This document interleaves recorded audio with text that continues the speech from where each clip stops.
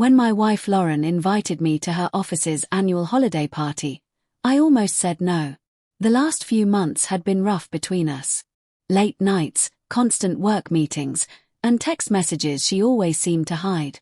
But a part of me wanted to believe her when she said, "Come, it'll be good for us."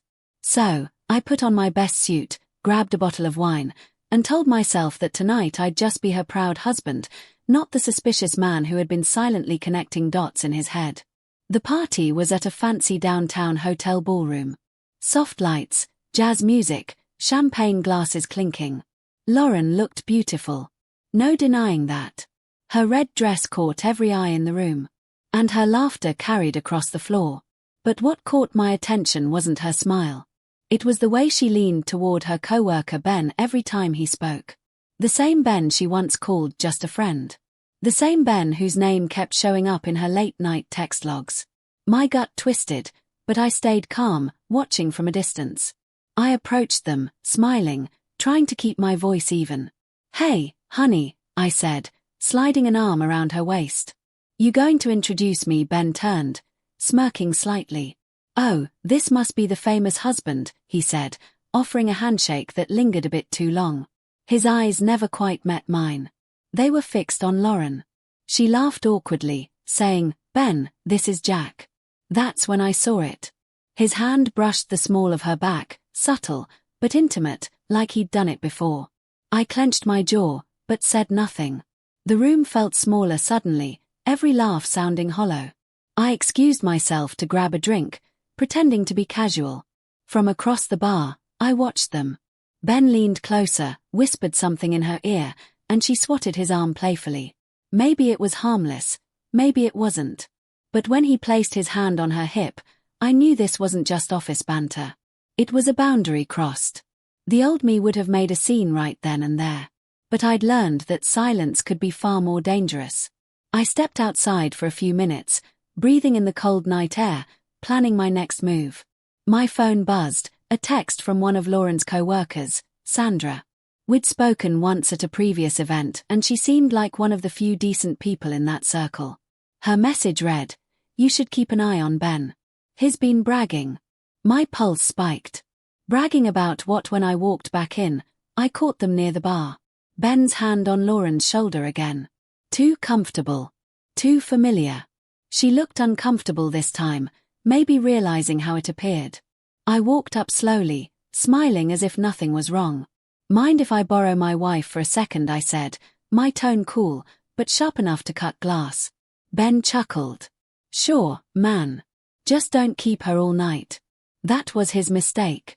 The arrogance, the smirk, the belief that I wouldn't say or do anything. Outside, I asked Lauren straight, "What's going on between you and him?" Her eyes widened. "Jack, nothing. He's just like that with everyone." "With everyone," I said quietly.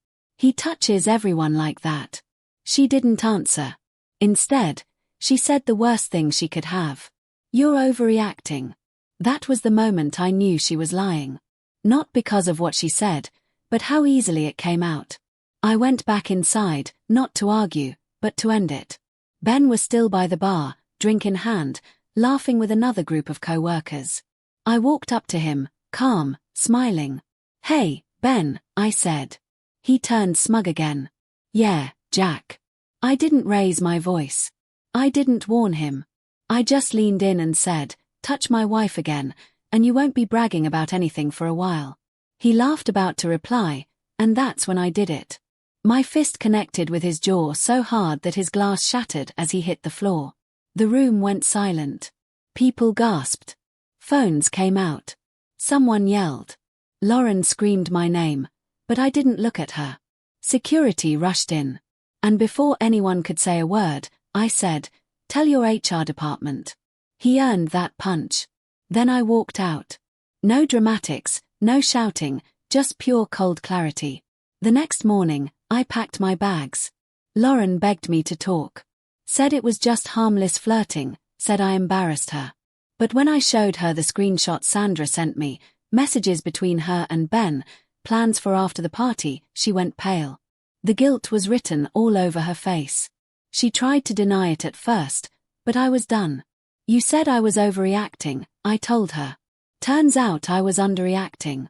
I filed for divorce the same week. Ben was fired shortly after for unprofessional behavior. As for Lauren, she called me months later crying, saying she missed me. But I didn't pick up. That night at the party, she let another man touch what was never his, and she lost everything because of it. Now, every time I see a couple at an office event laughing and drinking, I think about that night. About the moment silence became strength and one punch became the full stop to years of quiet humiliation.